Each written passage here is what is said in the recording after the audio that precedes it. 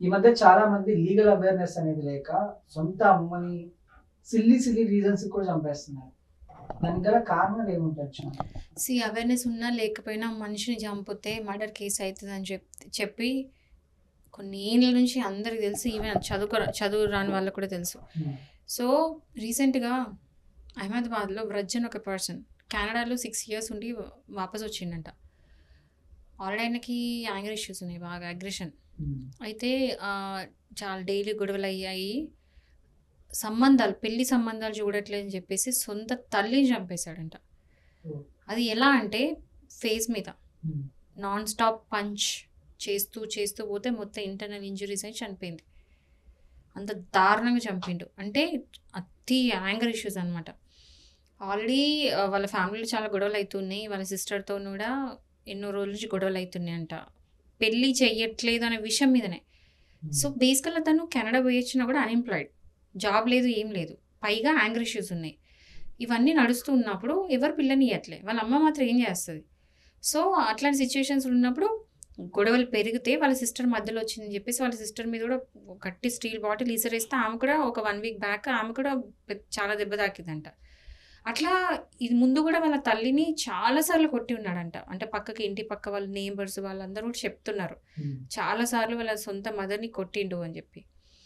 But ఈసారి గొడవ చాలా పెద్దగా ఆ కోపం ఆపుకోలేక ఫేస్ మీద పంచ్ చేస్తే చాలాసార్లు మల్టిపుల్ టైమ్స్ పంచ్ చేస్తే ఇంటర్నల్ ఇంజరీస్ అయి చనిపోయింది. ఇక్కడ బేసికల్ ఏంటంటే కంట్రోల్ లేక అక్కడ ఆ మూమెంట్లో కనీసం ఇది కేసు అవుతుంది, ఇది ఒక మర్డర్ కేసు అవుతుంది అనే ఆలోచన లేకపోయినా సొంత తల్లిని చంపబోతున్నాడు అన్న మైండ్ పనిచేస్తలేదు ఆ పర్సన్కి. అక్కడ ఆ కోపంలో నా సొంత తల్లిని చంపుతున్నా, నా సొంత తల్లిని హర్ట్ చేస్తున్నా అనే ఆలోచన లేకుండా పోయింది.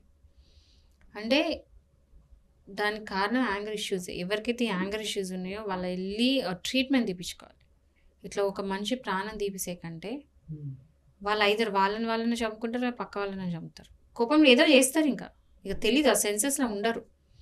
సో ఈ కేసు విన్నాక చాలా అసలు నేను షాక్ అయ్యి, అంటే ఈ మధ్యలో మర్డర్స్ ఏ రీజన్స్కి అవుతున్నాయి అనేది చాలా షాకింగ్ అనిపిస్తుంది. అంటే రోజుకు కొత్త మర్డర్ వింటున్నాము. వైఫ్ హస్బెండ్ చంపడం, హస్బెండ్ వైఫ్ని చంపడము, మొన్నటిదాకా డాగ్స్ మనుషులను చంపుతున్నారని చెప్పి మనుషులు డాగ్స్ని చంపడం, ఎన్నో రకాలుగా వింటూ పోతున్నాం. బట్ ఈ మధ్యలో మర్డర్స్కి అయితే విచిత్రమైన అవన్నీ వినాల్సి వస్తుంది. అంటే ఎప్పుడు చూడనివి, ఎప్పుడు విననివి, కొత్త టైప్ ఆఫ్ కేసెస్, ఇన్సిడెంట్స్ వింటున్నాం. ఇదైతే 2 months అవుతుంది తల్లిని చంపడము.